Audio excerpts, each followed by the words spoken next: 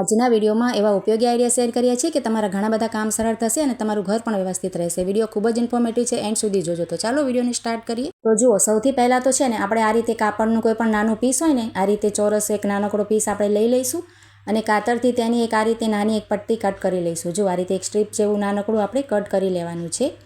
અને જો આ રીતની તમારી પાસે કાપડનો પીસ તમારે ના લેવો હોય તો આ રીતની એક નાનકડી લેસ હોય કે પછી જે સાટિનની રિબીન આવે છે ને તે પણ આપણે લઈ શકાય. આપણે પેકિંગમાં યુઝ કરીએ છીએ તે તમારી પાસે તેનો પીસ હોય ને તો આ રીતે એક નાની પટ્ટી તેની પણ લઈ શકો, રિબીન વગેરેની.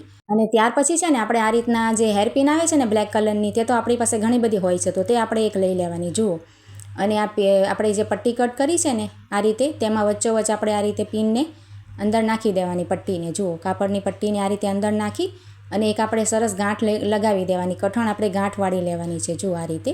તો અહીંયા મેં ગાંઠ વાળી લીધી છે. હવે આપણે બંને જે પટ્ટીના છેડા છે ને તેને ભેગા કરી લઈશું આ રીતે, અને કાતર લઈ લઈશું ફરીથી અને તેને આ રીતે કટ કરી લઈશું. આ રીતે બંને છેડા ભેગા કરી અને આપણે ક્રોસમાં કટ લગાવી દેવાનું છે. જુઓ આ રીતે. તો બંને સરખી થઈ જાય ને પટ્ટી. જુઓ, તો આ રીતે રેડી થઈ જશે તમારે. જુઓ, હવે તેનો તમને એક સરસ ઉપયોગ બતાવું છું. જો આ રીતે આપણે બુક હોય ને, વાર્તા વાંચતા હોઈએ કે કોઈ પણ આપણે ચોપડી આ રીતની વાંચતા હોઈએ ને, તો તેમાં આપણે આ રીતે બુક માર્ક તરીકે તેનો ઉપયોગ કરી શકાય. જુઓ, આ રીતે આપણે જ્યાંથી પણ વાંચ્યું હોય ને આપણે ફરીથી વાંચવા માટે આપણે તેનું સરસ રીતે માર્ક તરીકે ઉપયોગ કરી શકાય. જો આ રીતે સરસ લાગે પણ અને આપણને યાદ પણ રહે. જુઓ કે આપણે ક્યાંથી આપણે વાંચવાનું અધૂરું મૂક્યું હતું. જો આ રીતે કોઈ પણ બુકમાં આપણે આ ઉપયોગ કરી શકાય. જુઓ, બાળકોની હોય કે પછી આપણે કોઈ વાર્તા વગેરે વાંચતા હોઈએ કે જો રેસીપી બુક હોય તો ખૂબ જ સરસ આઈડિયા છે.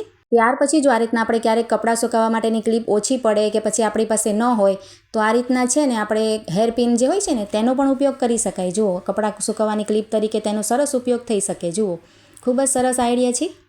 ત્યાર પછી જો આ રીતના આપણે કોઈ પણ વસ્તુના પેકેટ આપણે ખુલ્લા પડ્યા હોય ને, મેગી વગેરેના હોય કે પછી સૂજીના હોય, તો આ રીતે છે ને તેને પેક કરી લેવાના. જો આ રીતે ઉપરથી તેને ફોલ્ડ કરી લેવાય પટ્ટી, જ્યાં સુધી આપણી વસ્તુ હોય ને ત્યાં સુધી આ રીતે સરસ રીતે કઠણ વાળી લેવાની. જુઓ, અને ત્યાર પછી આપણે અહીંયા એક હેરપિન બ્લેક કલરની નાનકડી અહીંયા મેં લઈ લીધી છે.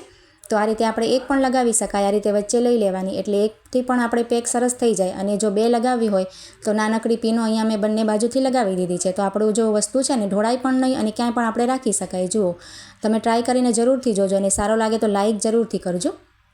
ત્યાર પછી જો આ રીતે ક્યારેક આપણી જે હેરપિન હોય છે ને એકદમ ઢીલી થઈ જાય છે. તમે જોયું હશે, આપણે 3-4 વખત ઉપયોગમાં લઈએ ને તો આ રીતની એકદમ એવી થઈ જાય કે આપણે માથામાં નાખીએ ને તો ફિટ ના બેસે, તો તેને પણ આપણે ફેંકી દઈએ તો તેનો એક સરસ ઉપયોગ કરી શકાય. જો આ રીતનું આપણે રેડીમેડ કપડાં લઈએ છીએ તો તેમાં આ રીતનું આવે છે ને હેંગર જેવું, તે પણ લઈ શકો. અને તમારી પાસે કપડાનું હેંગર હોય ને તો તેમાં પણ તમારે શું કરવાનું, આ રીતે જેટલી પણ ક્લિપ હોય ને આપણે જુઓ તે આપણે લગાવી દેવાની. તમારે 4-5 લગાવી હોય તો 4-5 પણ લગાવી શકાય. જુઓ, અને જે ક્લિપ છે ને તેને આપણે આ રીતે અંદર નાખી અને જે તેનો એક ભાગ છે ને કોઈ પણ એક બાજુનો એક સાઈડનો આપણે ભાગ છે ને તેને આ રીતે ઊભું આપણે વાળી દેવાનું. જુઓ, આ રીતે જે એકદમ નાની સાઈઝની પિન આવે છે ને એકદમ પાતળી હોય છે, તો આ રીતે આપણે તેને વાળીએ તો વળી જાય. જુઓ, જેમ પણ આપણે વાળવું હોય, જો હું તમને હાથમાં પણ વાળીને બતાવું છું, આ રીતે તૈયાર કરી લેવાય. જુઓ, આ રીતની થઈ જશે. પછી તેને આપણે આ રીતે તૈયાર થઈ જાય ને તો હેંગરમાં લગાવી દેવાની. જો આપણે કપડાનું હેંગર હોય ને તેમાં પણ આ રીતે તમે લગાવી શકો, તો 7-8 પિન પણ તમે આરામથી લગાવી શકશો. જુઓ, મોટું હેંગર હોય છે. અને આ રીતે તૈયાર થઈ જાય ને પછી આપણે જુઓ કબાટમાં કે તેજોરીમાં આ રીતની જે પાઇપ હોય છે ને આપણે કપડાં વગેરે હેંગરના ટીંગાવીએ તેમાં આપણે આ રીતે ટીંગાવી દેવાય હેંગર તૈયાર કરેલું પિનનું. તો તેમાં જુઓ ઘણા બધા આપણે ચેન ટીંગાવી શકાય, આ રીતે માળા ટીંગાવી શકાય, પછી ચશ્મા લગાવી શકાય, ઘણી બધી વસ્તુ આમાં સચવાઈ જાય. જુઓ, અને જો આ રીતે પાઇપમાં તમારે ન ટીંગાડવું હોય તો એમાં એક હૂક વગેરે ચોંટાડીને તેમાં પણ લગાવી શકાય. ખૂબ જ સરસ આઈડિયા છે. ત્યાર પછી જો આ રીતના આપણી પાસે હેરપિન તો ઘણી બધી હોય છે, પણ ક્યારેક આપણે તેનો ઉપયોગ થઈ જાય તો આપણે ગમે ત્યાં રાખી દઈએ, ડ્રેસિંગ ઉપર કે પછી કોઈ ડ્રોવરમાં નાખી દઈએ. તો તેના માટે શું કરાય, આ રીતના જે કપડાના નવા કપડાં લઈએ અને તેમાં ટેગ આવે છે ને આ રીતે પ્રાઇસ ટેગ, તે આપણે લઈ લઈએ અને તે કેટલા કઠણ હોય છે, આ રીતે પુઠ્ઠા જેવા. જુઓ, જે હેરપિનના પુઠ્ઠા હોય છે ને એ રીતના જ હોય છે. જુઓ, તો અહીંયા મેં 2 લઈ લીધા છે. આપણે ગમે તેમાં રાખી શકાય. જુઓ, આ રીતે જેટલી પણ હેર ક્લિપ આપણે અહીંયા ત્યાં રાખેલી હોય તેને ભેગી કરી અને આ રીતે તેમાં નાખી દેશો તમે તો ખૂબ જ સરસ રીતે સચવાયેલી રહેશે. આપણે ક્યાંક પણ ખાનામાં આ રીતે રાખીએ ને તો ખોવાય પણ નહીં અને સામે આપણને મળી પણ જાય. જુઓ, ખૂબ જ સરસ આઈડિયા છે.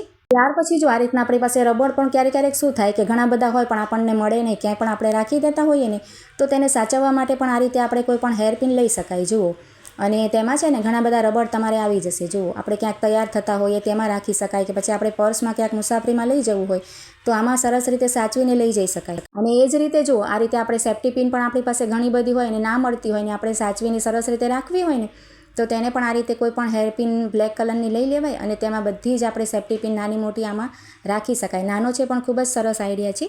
ત્યાર પછી જો આ રીતના આપણી પાસે બાળકોના ક્વેશ્ચન પેપર હોય કે પછી કોઈ પણ ડોક્યુમેન્ટ હોય, ઘરમાં આપણે ઘણા બધા કાગળ હોય છે, તો તેને પણ આપણે ક્યારેક સ્ટેપલર મારીને રાખતા હોઈએ, સ્ટેપલર પિન લગાવીને.